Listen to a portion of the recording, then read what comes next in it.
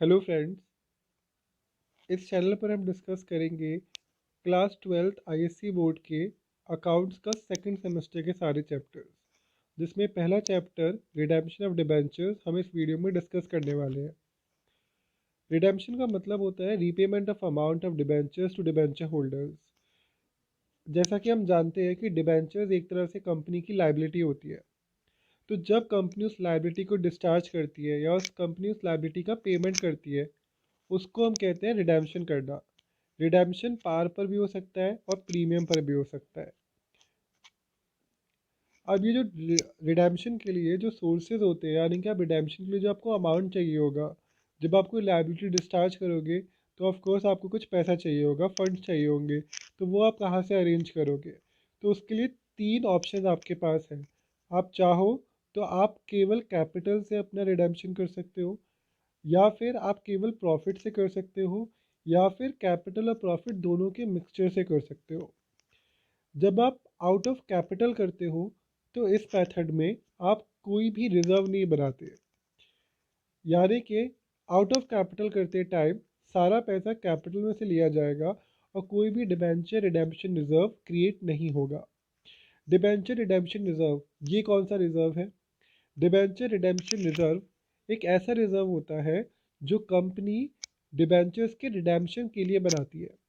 As you know, company reserve और provision बनाती है ऐसी चीज़ों के लिए जो हमारे आगे आने वाली लाइबिलिटीज़ है, जो हमारे बड़े खर्चे होने वाले हैं, उनके लिए पहले से ही हम कुछ अमाउंट असाइड करते हुए चलते हैं।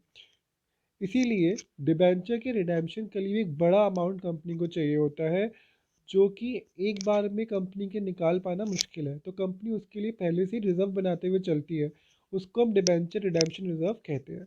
तो आउट ऑफ कैपिटल के मेथड में कोई भी डीआरआर डिबेंचर रिडेम्पशन रिजर्व नहीं बनेगा। जो लिस्टेड कंपनी होती है वो कोई डीआरआर नहीं बनाती, लेकिन जो अनलिस्टेड कंपनी होती है उनको 10% डीआरआर क्रिएट करना होता है। ये 10% की लिमिट आपको 10% ही याद रखनी है, 25% नहीं है। 10% ही लिमिट रहेगी। बाकी जो 90% है वो आप कैपिटल में से रिजर्व क्रिएट कर कैपिटल में से यूज़ कर सकते हो। देन आउट ऑफ प्रॉफिट के केस में सारा का सारा पैसा वो प्रॉफिट से लिया जाएगा रिडेम्पशन के लिए, यानी कि प्रॉफिट में से ही कुछ अमाउंट आप निकाल के रख दोगे रिडेम्पशन के लिए।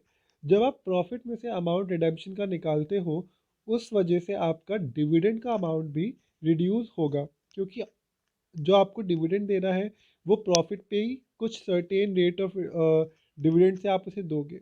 जब आपका प्रॉफिट कम हो जाएगा क्योंकि आपने रिजर्व में प्रॉफिट डाल दिया है, तो ऑटोमेटिकली आपका डिविडेंड भी कम हो जाएगा।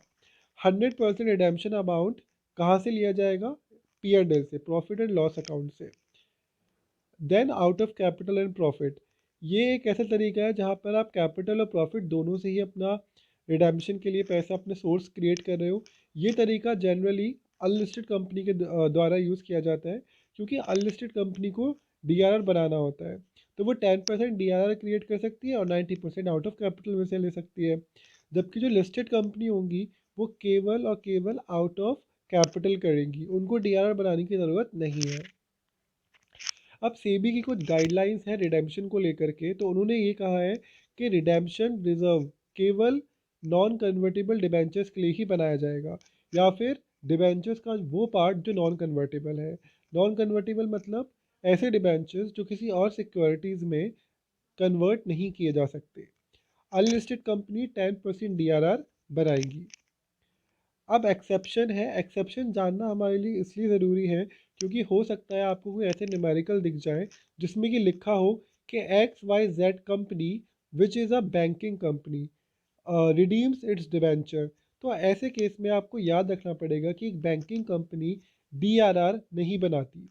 इसी के साथ चार और एक्सेप्शंस हैं, जो कि है all India financial institutions regulated by RBI, NBFC registered with RBI, housing finance company registered with national housing bank, और लिस्टेड कंपनीज। अगर आपके क्वेश्चन में कहीं भी स्पेसिफाई है कि कोई कंपनी इस तरह की कंपनी है, तो आप उस कंपनी के लिए डीआरआर नहीं बनाएंगे। इनके अलावा कोई भी अनलिस्टेड कंपनी अगर आती है तो आप उसके लिए डीआरआर क्रिएट करेंगे। डीआरआर का ट्रीटमेंट किस तरह से होगा? DRR शेयर होल्डर्स फंड में रिजर्व एंड सरप्लस के सब हेड में दिखाया जाएगा। Proportionate amount is transfer to general reserve from DRR। जब आप DRR बनाएंगे तो DRR को क्लोज करने के लिए आप DRR का अमाउंट जनरल रिजर्व में ट्रांसफ़र कर देते हैं, लेकिन ये प्रोपोर्शनेट अमाउंट ट्रांसफ़र होता है। मतलब जितना आपने जितने डिबेंचर्स आपने रिडीम करे हैं उतना ही अमाउंट आप जनरल रिजर्व में लेकर के जाओगे। Now debenture redemption investment. Debenture redemption investment कम से कम 15% बनेगा, 15% से कम नहीं बन सकता। और कैसे बनेगा? सपोज आप 10,000 के डिबेंचर रिडीम कर रहे हो, तो उस साल सपोज आप 2019-20 में डिबेंचर रिडीम कर रहे हो, 31 मार्च को आप डिबेंचर रिडीम करने वाले हो, तो 2019-20 में 30 अप्रैल से पहले आपको 15% का DRI बनाकर रखना पड़ेगा, डिबेंचर रिडेम्पशन इन्वेस्टमेंट आपको बनाकर रखना पड़ेगा। जैसा कि मैंने आपको बताया 2019-20 में अगर आप 31 मार्च 2020 को डिबेंचर रिडीम कर रहे हो, तो 2019 में 30 अप्रैल जो आएगी उससे पहले आपको 15% का DRI बना करके रखना है। अब आपने जितना सीखा उसके बेसिस पे अपने आप से इन क्वेश्चन के आंसर दीजिए और चेक करिए कि आपको अभी तक पढ़ाया हुआ समझ में आया है या नहीं। पहला, how much DRR is created for redemption of debenture issued by an unlisted companies. बिल्कुल सही, आपका आंसर सही है। 10% आंसर आएगा इसका, 10% DRR बनाया जाता है। DRR is made for dash debentures only.